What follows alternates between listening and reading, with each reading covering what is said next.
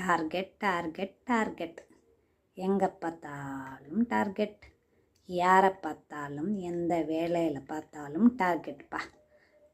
முடியலை சாமி, என்ன பண்ணுறது, வாழ்க்கையிலேயே டார்கெட்டு. சரி சும்மா வீட்டில் இருந்தோம்னா வீட்லேயும் டார்கெட், அதை பண்ணணும் இதை பண்ணணும் அப்படி பண்ணணும் இப்படி பண்ணணும் அப்படின்னு அழுத்து போய் நம்ம மீடியா பக்கம் யூடியூப்பு ட்விட்டரு ஃபேஸ்புக்குன்னு இப்படி என்ஜாய் பண்ணலான்னு வந்த நம்ம என்ன பண்ணியிருக்கணும், செவனேன்னு பார்த்துட்டு என்ஜாய் பண்ணிட்டு போயிருக்கணும்.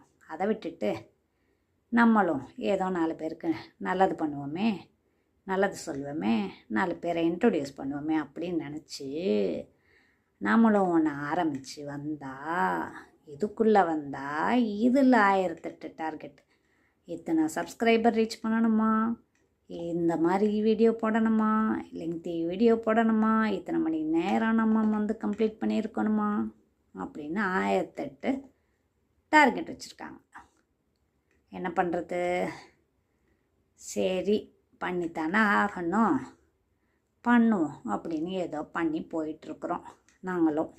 எனவே மக்களே, நீங்களும் கொஞ்சம் சப்ஸ்கிரைப் பண்ணுங்கள்.